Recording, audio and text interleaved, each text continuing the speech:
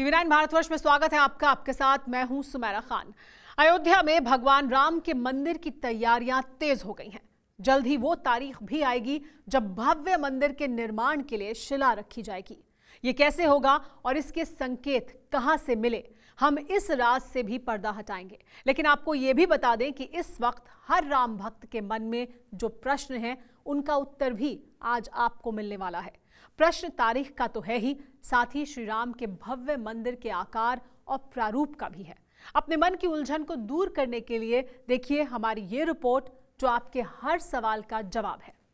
अयोध्या, वो धर्मनगरी जहां लंबी कानूनी लड़ाई के बाद भगवान राम के भव्य मंदिर के निर्माण का रास्ता साफ हुआ। केंद्र सरकार ने श्री राम जन्मभूमि तीर्थ क्षेत्र ट्रस्ट का गठन किया।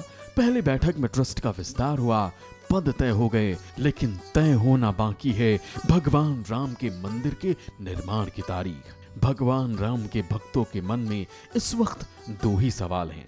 भगवान राम के मंदिर का निर्माण कब शुरू होगा और भगवान राम का भव्य मंदिर होगा कैसा?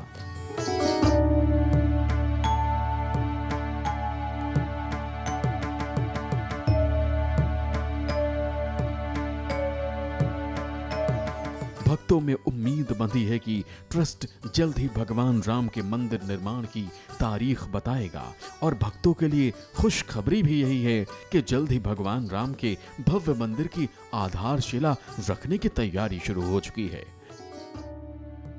जी हां, बिल्कुल सही सुना आपने। अयोध्या में भगवान राम के मंदिर के निर्माण की तारीख जल्द ही घोषित होगी और जो भव्य राम मंदिर साकार मूर्त में नजर आएगा वो भी ठीक उसी मॉडल की तरह होगा जिसे रामलला के दर्शन करने वाले हर भक्त ने देखा है।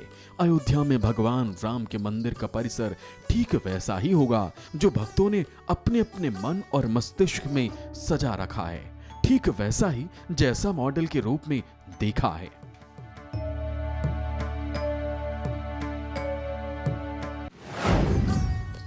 राम मंदिर निर्माण का रास्ता अब साफ है।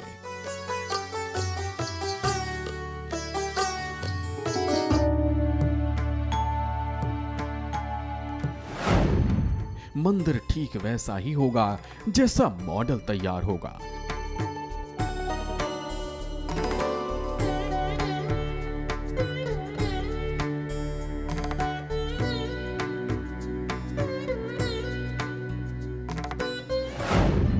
सर्वे करने टेक्नीशियंस ने किया अयोध्या का दौरा।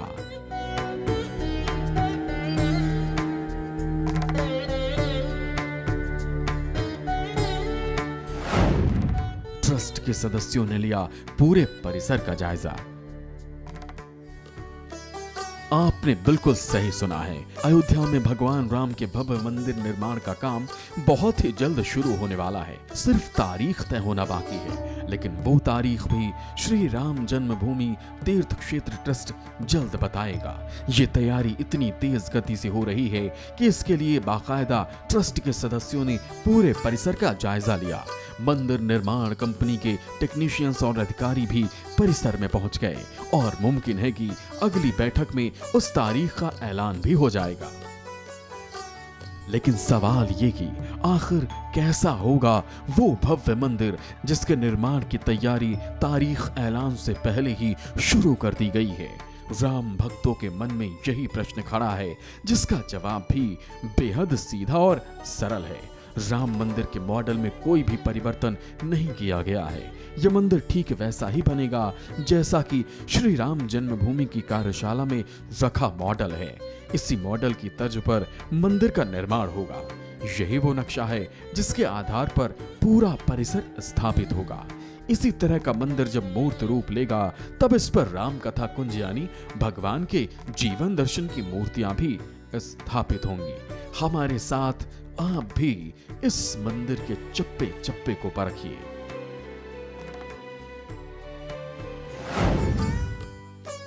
इस परिसर में एक गौशाला बनाई जाएगी। साधु संतों के लिए भवन निर्माण भी होगा। श्रद्धालुओं के लिए धर्मशाला भी बनाई जाएगी। सीता रसोई का निर्माण भी इसी जगह होगा। इस परिसर में 4 दिशाओं पर प्रवेश द्वार होंगे। सभी द्वारों पर धनुषाकार मेहराब बनाया जाएगा। लेकिन मंदिर ठीक वैसा ही होगा जैसा अब तक रामलला के दर्शन करने वालों ने देखा है। कार्यशाला में रखे गए मॉडल जैसा खूबसूरत और बेहद विशाल, और इसमें कई ऐसी विशेषताएं होंगी जो अब तक के बनाए गए मंदिरों में सबसे आधुनिक होंगी। भगवान राम का मंदिर 2 मंजिला होगा। भगवान राम के मंदिर के ऊपर शिखर होगा। पूरे मंदिर में 24 दरवाजे बनाए जाएंगे।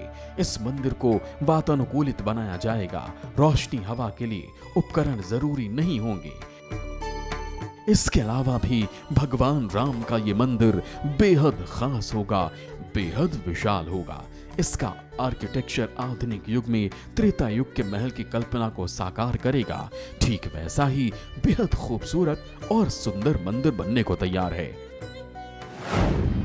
मंदिर की लंबाई 268 फीट 5 इंच होगी। राम मंदिर की चौड़ाई 140 फीट होगी। भव्य मंदिर की ऊंचाई 128 फीट होगी। इसके अग्रभाग में सिंह द्वार होगा। मंदिर में नृत्य मंडप, रंग मंडप भी होगा। मंदिर का गर्भगृह विशाल और खास होगा। मंदिर का निर्माण 212 स्तंभों पर होगा। हर स्तंभ पर 16 मूर्तियां लगाई जाएंगी। यानी मंदिर का मॉडल अब साकार रूप लेने वाला है। बस सभी को इस साकार रूप लेने की तिथि का इंतजार है। जैसे ही ये तिथि निर्धारित होगी, उसके बाद लगातार काम प्रगति पर होगा, ठीक उस तरह जैसा भक्तों की कल्पना में है। टीवी 9 भारतवर्ष आपको दिखा रहा है, ये आप देख सकते हैं वो प्रस्तावित मॉडल है जिसके मुताबिक मंदिर का बनाया जाना है। और इस मंदिर में खास करके जो आगे से लेकर के पीछे की किस तरीके की संरचना रहेगी वो हम आपको दिखाएंगे। लेकिन उसके पहले हम बताना चाहते हैं कि जो अयोध्या की कार्यशाला है उसमें जो लगभग 60% जो पत्थर है वो तराशे जा चुके हैं।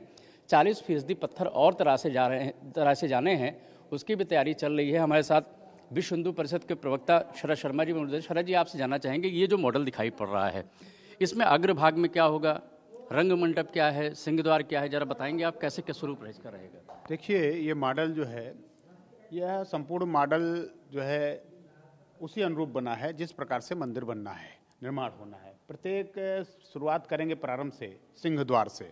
सिंहद्वार, नृत्य मंडप, रंग मंडप, कोली गर्भगृह, तो इस प्रकार से इसके भाग होंगे। और इसमें जो है प्रत्येक खंभे जो होंगे वह 106 खंभे होंगे नीचे और 106 खंभे ऊपर, मतलब 212 भूतल जो है वहाँ पर भी 106 और ऊपर के तल में भी 206। मंदिर का जो स्वरूप है पूरा वो तो बनकर तैयार है, लगभग 60% कार्य हो चुका है। उसमें किसी भी प्रकार का परिवर्तन नहीं होने वाला है। लेकिन बाहर जो है एक लोगों कॉरिडोर कहेंगे उसको जो विकसित करने की बात हो रही है। तो अब इसमें ट्रस्ट को तय करना है कि ट्रस्ट किस प्रकार का निर्णय लेता है, उनके निर्णय के अनुसार ही उसका पालन होगा।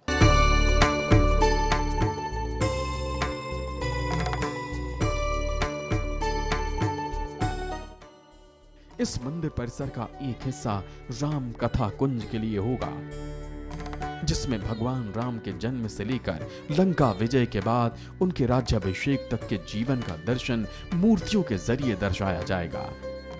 इसकी तैयारी भी बेहद तेजी से चल रही है। राम कथा कुंज के लिए इस समय तक सीता हरण के वृतांत को दर्शाती प्रतिमा भी बना ली गई है और बाकी का काम भी तेजी से चल रहा है।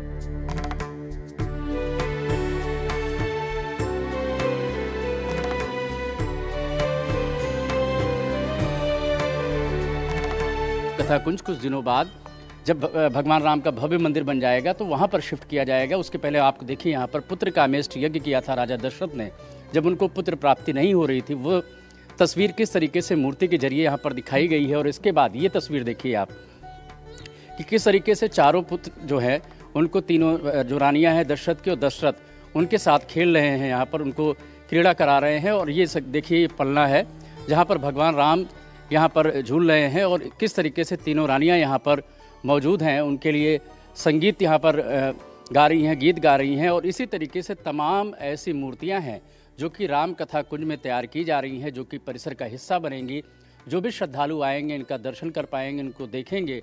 और जैसा कि भगवान राम के जीवन के बारे में कहा जाता है कि अगर राम नाम का जप करने से ही कल्याण हो जाता है, तो ऐसे में अगर उनके संदेश को जीवन में उतार लिया जाए तो परम कल्याण होता है। फिर भगवान और भक्त का अंतर समाप्त हो जाता है, शेष रह जाते हैं तो केवल राम, और हम स्वयं भी राममय हो जाते हैं। और यही उद्देश्य लेकर के यहाँ पर ये जो मूर्तियाँ हैं वो तैयार की जा रही हैं। आप देख सकते हैं ये यज्ञोपवीत, यानी भगवान का जब जनेऊ संस्कार हुआ था उस वक्त की ये तस्वीरें हैं, जहाँ पर भगवान राम और उनके जो गुरु हैं वहाँ पर दीक्षा दी जा रही है। और ये देखिए आप किस तरीके से जो धनुष की दीक्षा उनको दी गई थी वो तस्वीरें यहाँ पर दिखाई गई है मूर्ति के जरिए।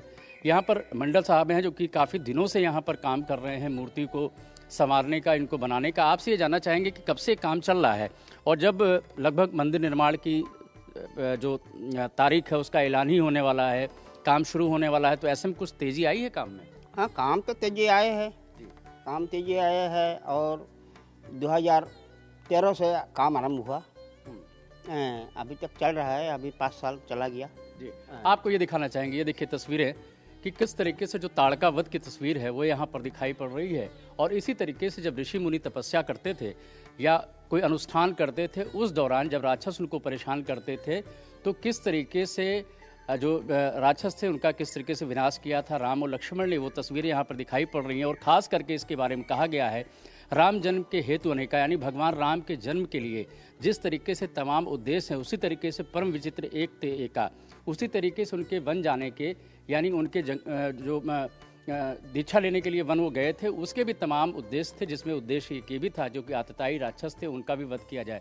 आप ये देखिए किस तरीके से यहाँ पर मूर्तियाँ बनाई गई हैं। यह अहिल्या उद्धार की मूर्ति है।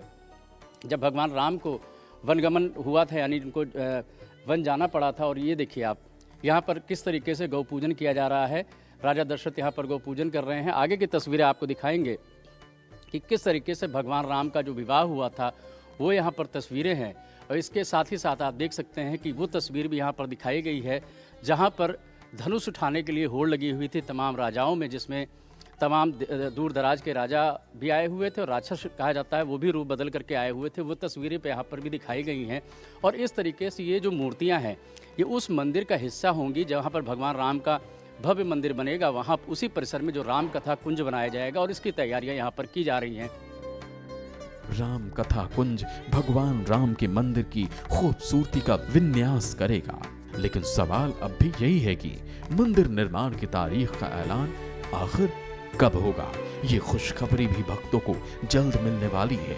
जी हाँ, श्री राम जन्मभूमि तीर्थ क्षेत्र ट्रस्ट के सभी सदस्यों ने बैठक के बाद राम जन्मभूमि परिसर का निरीक्षण कर लिया है।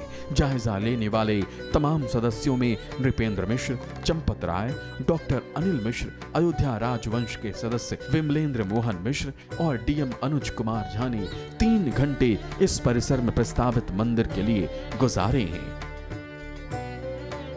ट्रस्ट के सदस्यों ने कार्यशाला पहुंचकर तराशे गए पत्थरों को भी देखा। महासचिव चंपत राय ने इस जायजे में नृपेंद्र मिश्रा को तैयारियों की रूपरेखा भी बताई। जो ट्रस्ट के मेंबर यहाँ पर पहुंचे हुए हैं, नृपेंद्र मिश्रा जी यहाँ पर आए हुए हैं। इनके इसके अलावा महामंत्री चंपत राय हैं, जो सदस्य राजा विमलेंद्र मोहन मिश्र हैं, मुख्य पुजारी सत्येंद्र दास है, इसके अलावा डीएम अनुज झा भी हैं। और इसके बाद जो 3 घंटे की बैठक चली हो, उस बैठक में शिफ्ट बात ये हुई है कि किस तरीके से भगवान राम को वहाँ से शिफ्ट किया जाए उस दौरान जब वहाँ पर राम मंदिर का निर्माण शुरू हो उसके पहले, और कैसे यहाँ से जो पत्थर हैं, यानी कार्यशाला से जो पत्थर है वो पत्थर कैसे ले जाए जाएँ जहाँ पर मंदिर का निर्माण होना है वहाँ पर, और इसके अलावा अगली बैठक कैसे हो और कितनी जल्दी राम मंदिर की तारीख का ऐलान हो, उन सब चीज़ों को लेकर के जो बैठक चल रही थी वो बैठक अब खत्म हुई है और सीधे कार्यशाला पहुँचे हैं, जहाँ पर जो पत्थरों को तराशने का काम पिछले कई सालों से चल रहा था उसको इंस्पेक्शन करने के लिए कि कितना काम पत्थरों के तराशने का हुआ है और कितना काम अभी बाकी है। महासचिव चंपत राय ने भक्तों की उत्सुकता को मीडिया के जरिए समाप्त करने की भी कोशिश की। उन्होंने तैयारियों की रूपरेखा सभी के सामने रखी। अभी होमवर्क किया जा रहा है।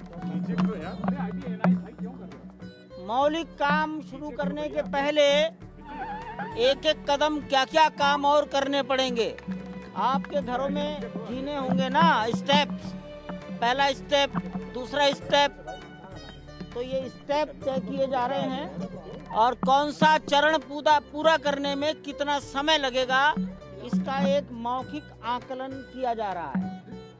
बाद में तकनीकी लोग उसकी सही कैलकुलेशन करेंगे और फिर हम तय करेंगे कि मौलिक काम प्रारंभ करने के लिए पूजन कब प्रारंभ करें। भगवान राम के मंदिर का निर्माण बहुत जल्द शुरू होने वाला है, लेकिन तारीख टेक्नीशियंस के आकलन के बाद ट्रस्ट की बैठक में तय होगी। मंदिर कैसा होगा ये कार्यशाला में रखा मॉडल बताएगा, लेकिन तारीख ट्रस्ट ही बताएगा। उमेश पाठक, TV9 भारतवर्ष, अयोध्या।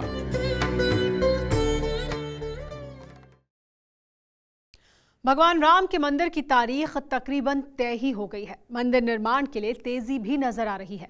मंदिर में लगने वाले पत्थरों का काम भी तकरीबन 60% हो चुका है।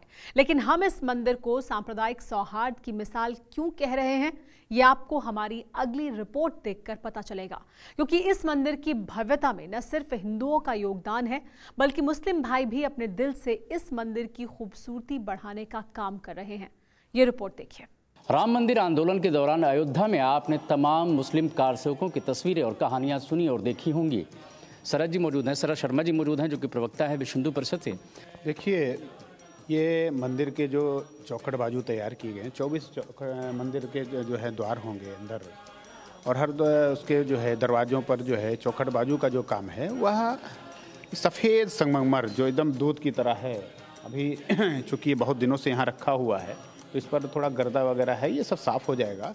लेकिन 24 जो चौखट बाजू है इसकी नक्काशी का काम जो है मकराना में एक मुस्लिम फर्म ने किया है। उन्होंने कहा कि हम तो धन्य हो गए, भगवान रामलला के मंदिर में हमारे कर कमलों के द्वारा, हाथों के द्वारा नक्काशी किया गया यह पत्थर जा रहा है और हम तो हमारी पीढ़ियां तर गईं। तो मैं समझता हूं कि एक बहुत बड़ा संदेश उन लोगों ने दिया। आज देश में जिस प्रकार की परिस्थितियां कुछ लोगों के द्वारा उत्पन्न की गई, उनको भी ये संदेश देना बहुत आवश्यक है कि भगवान राम जो है वो जन जन के हैं। तो ऐसे में जो स्तंभ हैं ये केवल भगवान राम के भव्य मंदिर का हिस्सा ही नहीं होंगे, बल्कि एक प्रतीक के तौर पर भी जाने जाएंगे। किस तरीके से हिंदू मुस्लिम भाईचारा इस देश में रहा है और उसके एक प्रतीक स्तंभ के तौर पर भी ये देखे जाएंगे।